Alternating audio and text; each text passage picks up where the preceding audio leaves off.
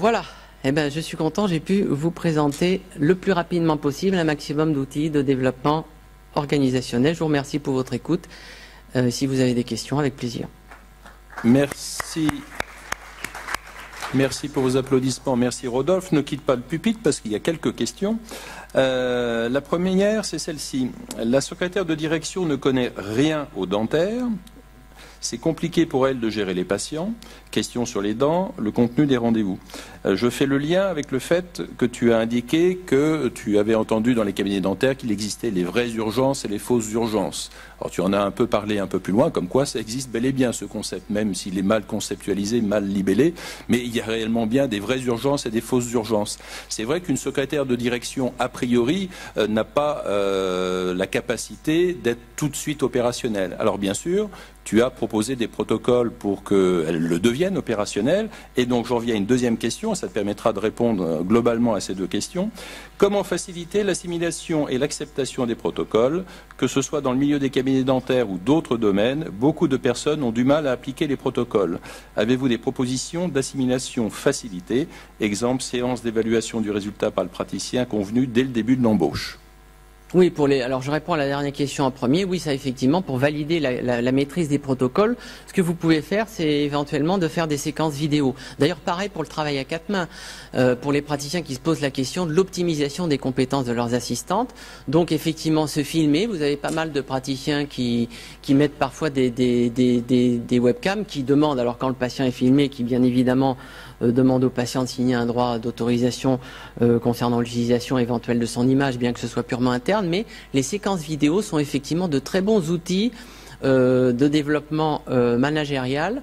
Pareil pour les secrétaires, elles l'acceptent lorsqu'elles présentent, par exemple, ne serait-ce que pour la gestion des appels entrants, ne serait-ce que pour la présentation et l'argumentation des devis, elles acceptent effectivement d'être filmées. Et ensuite, vous revoyez avec votre assistante effectivement ces petites séquences vidéo.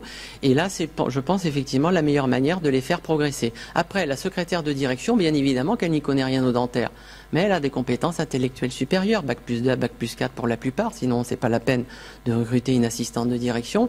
Et alors, je vais vous faciliter, je vais vous expliquer, une assistante de direction compétente.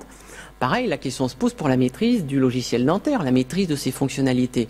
Une assistante de direction compétente, en une semaine, maîtrise toutes les fonctionnalités de votre logiciel dentaire.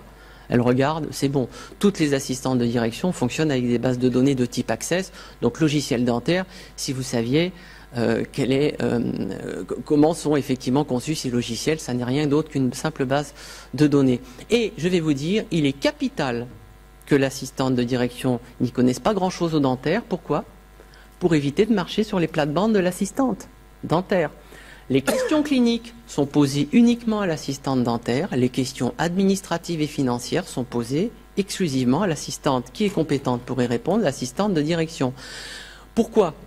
Parce que quand l'assistante de direction ou la secrétaire a trop de connaissances cliniques, il y a un risque de dérapage. Il y a un risque de dérapage, comme le font certaines des assistantes dentaires. Les assistantes dentaires s'autorisent à répondre sur le contenu de certaines séances de soins. Ça me semble effectivement délicat. Rodolphe, dans ce modèle, qui répond au téléphone aux patients qui souhaitent prendre un rendez-vous? La personne qui répond au téléphone, c'est l'assistante dentaire quand on a une seule assistante dentaire, mais quand on a une secrétaire de direction, c'est la secrétaire de direction qui gère les appels entrants, qui gère l'accueil physique et téléphonique, qui gère l'agenda et qui l'optimise, qui vous construit des tableaux de bord et des statistiques sur mesure et qui donc gère de manière prévisionnelle et stratégique votre cabinet.